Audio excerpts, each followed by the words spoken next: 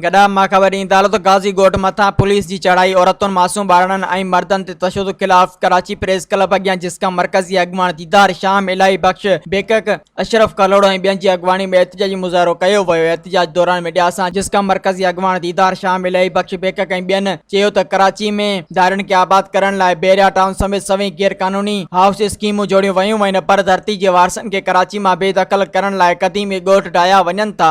अब्दुल्ला गाज़ी ॻोठ खे ढाइण लाइ सरकारी मशीनरी इस्तेमाल कई वई है जंहिंजी मज़म्मत कंदे घुर कयूं था त गाज़ी ॻोठ जे ॻोठाणनि मथां तशद्दुद घर ढाइण जो केस दाख़िल करे ॻोठाणनि सां इंसाफ़ कयो वञे। हिन चयो त सिंधी क़ौम लावारिस नाहे। मज़ीद ख़बरनि ऐं तफ़सीलात लाइ विज़िट कयो असांजी वेबसाइट www.awamiNewsHD.com ऐं ॾिसंदा रहो अवामी न्यूज़ HD।